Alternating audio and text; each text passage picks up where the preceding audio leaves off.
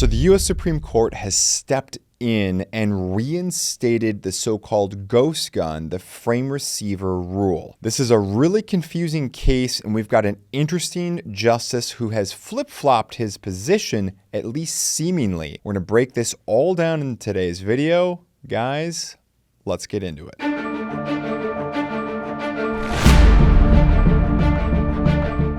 So I'm not going to give you the whole background on everything because, frankly, we've already done that. Check out our Vanderstok v. Garland video, linked in the description box below. Briefly, though, what we're talking about is we're talking about the rule that was passed on April 26th of 2022. That's the ATF so-called frame receiver rule. In a nutshell, understand this. Congress defined what is constituted as a firearm legally. The ATF, which is one of 400 some odd agencies, sub-agencies like the EPA, the IRS, and so forth, they have delegated executive power to basically try to interpret Congress's statutes. Okay, so they're allowed to interpret, but they're not allowed to exceed the scope of the statute. And that's what the plaintiffs here, that's Vanderstok, are suing over, is, among other things, has the ATF exceeded their statutory scope by saying, look, you know what? For decades, we've defined a firearm that is 80% complete or more as now being a firearm. But now we're entirely changing decades of basically not only jurisprudence from the court's perspective, but also interpretation. And now we're changing into something totally different. And it's not different in a small way, it's different in a big way. Because fundamentally what we're talking about here, what we're getting at is, when is a gun a gun? When is a firearm a firearm? If I'm going to be taking a hunk of plastic, let's say, and if I'm going to be machining that out, or a hunk of aluminum, whatever the case may be, I'm going to be machining it out to turn it into the receiver, or the frame, depending on if we're talking about a rifle, shotgun, handgun, so forth. But basically, kind of that hull, if this is Mr. Potato Head, that we plug all the other things into, the trigger, the magazine, if applicable, the barrel, and so forth. In other words, what's the hull that basically you need in order to put all the meat on? What's the structure to put all the meat on, so to speak? At what point does that chunk of plastic turn into that firearm? Because it doesn't start as a firearm. If I just had this block of plastic, say the size of a shoebox, and if I said, hey, you know, someday I'm going to turn this block of plastic into a firearm, does my intent suddenly change that block of plastic, which is in no way, shape, or form a firearm? Let's say it's basically a shoebox. Is that now a firearm because I have the intention to turn it into a firearm? That's in essence what we're talking about here. Does my intention plus being in possession of some tools or jig suddenly turn something that is obviously not a firearm into a firearm? And if we're going to be taking that step, who has the authority to make that call? Does that need to come from Congress, since it's a reasonably radical departure from every way that we've understood, litigated, and basically prosecuted possession of firearm cases in the entire history and tradition of the United States? Or are we going to allow a non-elected administrative agency to make that call? That's basically what this boils down to, is when does a gun become a gun and who's allowed to make that call? All right. So on June 30th of 2023, so this year, the Northern District Court of Texas, which is one of the federal trial courts, that's what we're talking about when we're talking about district courts. We're talking about trial courts, where trials happen. So a judge there, a frequent flyer to this channel, Judge Reed O'Connor, vacated the rule. In other words, said, we're done. This rule is bad. It is no good. The ATF has exceeded their statutory decision-making ability because it exceeds their powers delegated to them. And again, long form of that linked in the description box below. So the government appealed from the District Court of Texas, from the federal trial court, up to the federal Fifth Circuit. So there's 13 different circuits of appeal. So you go from federal trial court to the circuit court, all the way up to the U.S. Supreme Court. Those are basically the layers that we're talking about here. And the Fifth Circuit Court of Appeals basically agreed to fast track the case, but they did not undo or stay the district court's ruling entirely, but they did in part. The plaintiffs only challenged part of the rule, so long story short is that basically the Fifth Circuit more or less reinstated certain parts of that. Not going to get lost in the weeds of that right now. They set the oral arguments for September 7th. So the Fifth Circuit largely backed up what the Northern District Court of Texas did. Then on July 27th, the Biden administration goes to the U.S. Supreme Court. So they went from the district court to the Fifth Circuit all the way up to SCOTUS, the Supreme Court of the United States, and told the justices that while the judge's opinion in the trial court order remained in effect, ghost guns can be sold. Ghost guns, their words, not mine, can be sold without being subject to federal firearm laws.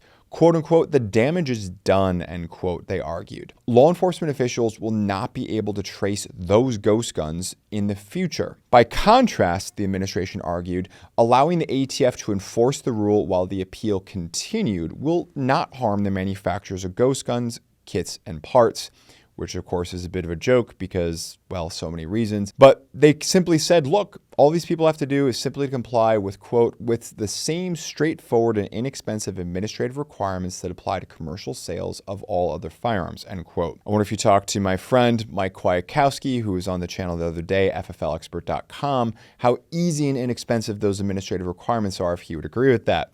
Neither here or there right now. This request was joined by 20 democratically controlled states via their attorney generals, as well as the District of Columbia. Now we get to August 8th, 2023. This is where U.S. Supreme Court actually put a stay on the June 30th, 2023 order that vacated the frame receiver rule. So in other words, they said, look, that's no longer good. We're taking that out of effect. We're pressing pause on that. And they said that our pause button will last until this whole case is basically done. So whether this goes to the Fifth Circuit, up to the U.S. Supreme Court, but until this case is more or less done, I say more or less because the wording is a little bit more technical. You can check out the link for that ruling in the description box below as well. But basically, look, we're pausing this. And I will note here, because we're going to circle back to this later, that 4 of the 9 justices dissented and said that, look, we would not make this ruling, and it was noted in that brief order. The justices who did not agree with the order were Justices Clarence Thomas, Samuel Alito, Neil Gorsuch, and Brett Kavanaugh, meaning that if we're counting the conservatives as the people who presumably would be pro-Second Amendment, at least based on prior voting lines, we would have 2 people, Chief Justice John Roberts as well as Justice Amy Coney Barrett, presumably flipped to create a 5-4 anti-Second Amendment majority, at least in this instance. Now, shortly after the Supreme Court's August 8th order, 2 of the original challengers, Blackhawk Manufacturing as well as Defense Distributed, returned to the district court, seeking an injunction that would bar the government from enforcing the rule against them while the appeal continued. O'Connor, that's the federal court judge, the trial judge who initially vacated the rule entirely, granted the request. So they granted an injunction, which is not the same as vacating the entire appeal for a nation. It's simply saying, look, we're granting the injunction as it applies to these manufacturers on September 14th. And the Fifth Circuit actually upheld that on October 2nd. Now you're caught up in the backstory, which is very confusing. Then the Biden administration returned to the Supreme Court 3 days later on October 5th, asking the justices to intervene once more. The Supreme Court's August 8th order, the administration argued, quote, reflects an authoritative determination that the government should be allowed to implement the rule during the appellate proceedings, end quote. If the Supreme Court does not block the trial court's order, in this case the injunction, the administration warned, quote, untraceable ghost guns will remain widely available to anyone with a computer and a credit card, no background check required, end quote. And more broadly, the administration added, the court could step in because the lower courts, quote, have effectively countermanded this court's authoritative determination, end quote, that the Biden administration should be able to enforce the rule nationwide while its appeal continues. Now, Defense Distributed, that's one of the manufacturers, countered this argument in the U.S. Supreme Court, saying that, look, the federal trial court is not countermanding your orders. The original rule that the U.S. Supreme Court intervened on before was vacating, in other words, smacking down the entire frames receiver rule. This was not that. This is simply an injunction that was being put in place that was narrowly tailored to basically protect 2 of the plaintiffs in the case. Nothing more, nothing less. In light of this difference, Blackhawk emphasized the company had no choice but to go back to the district court to seek relief to preserve its ability to stay in business, at least until the litigation was concluded. Then on October 6th, Justice Samuel Alito, and that's the justice who handles the emergency appeals that originate from the Fifth Circuit, issued a temporary stay of Judge O'Connor's ruling granting the injunction until 5 p.m. on October 16th to give the Supreme Court time to basically meet and to consider the Biden administration's request. And then in a brief, unsigned order issued shortly before 4:30 yesterday afternoon on Monday, October 16th, the justices vacated O'Connor's order, clearing the way for the Biden administration to enforce the rule against Black Hawk and Defense Distributed, at least for the time being. As a note, there were no public dissents from the court's order this time. All right, so before we get into some statistics about where do crime guns come from, as well as some analysis here, I want to take a moment. Be sure to let us and the algorithm know that you're getting some value out of this by hitting that like button, and also join the conversation in the comment field below. I look forward to, as always, viewing and responding to a lot of your feedback. So Justice Alito handles the emergency appeals for the Fifth Circuit. He granted this, but it looks like he may have granted it in concert with consultation with the other judges, and there were no public dissenting judges. What's going on here? Did he seemingly flip to now join and create a 6-3 anti-2A majority, at least where we're talking about the so-called ghost gun frame receiver rule? Maybe he flipped because he saw this as an end around what the court did and wanted to maintain something resembling judicial integrity. That's, I think, one theory on this, meaning we don't want to let other courts countermand the spirit of what the U.S. Supreme Court has done based on some sort of technicality, where before we're talking about vacating a rule and now we're talking about an injunction. Maybe another theory is that he didn't flip. The other 5 judges who were the original majority maintained the majority, and he simply said, look, I'm more or less the hand here. I'm just going to keep this going because that's what the other 5 said. Maybe there were no dissenting opinions. That's the reason why there were none noted, and it's 9-0. Maybe that's a 4th opinion here. Or maybe if he did flip, did he flip because the burden for an injunction deals with the chances of ultimate success on the merits? Because again, we're talking about an injunction this time around to the Supreme Court, whereas last time we were talking about an actual final judge's order. So we have to keep in mind the burden of proof for an injunction includes, among other things, what are the plaintiff's ultimate chance for success? And here, maybe knowing the insider baseball, so to speak, look, we've got 5-4 or perhaps worse against. I'm not so sure this is going to succeed.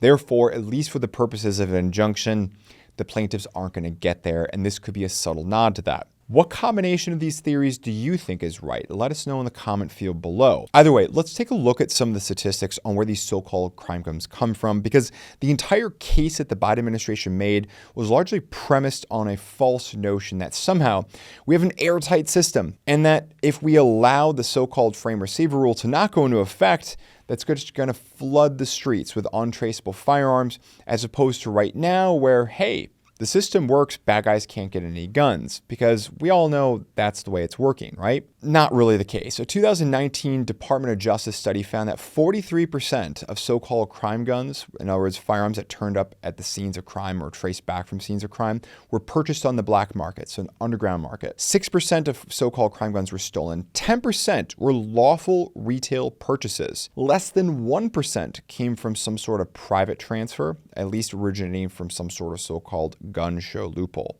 And by the way, that was technically 0.8%, and that 0.8% fell by 50%, fell by half over the last 15 to 20 years. 11% came from straw purchases or suspected straw purchases, and 15% were given from a friend or relative. Moreover, a recent national survey of prison inmates between the ages of 18 to 40 published by the Preventative Medicine found that only 1 in 10, so 10%, bought the firearm involved in the act that resulted in them being jailed. So only 1 in 10. So somehow, if we have all these firearms go through a dealer, what kind of good is that going to do?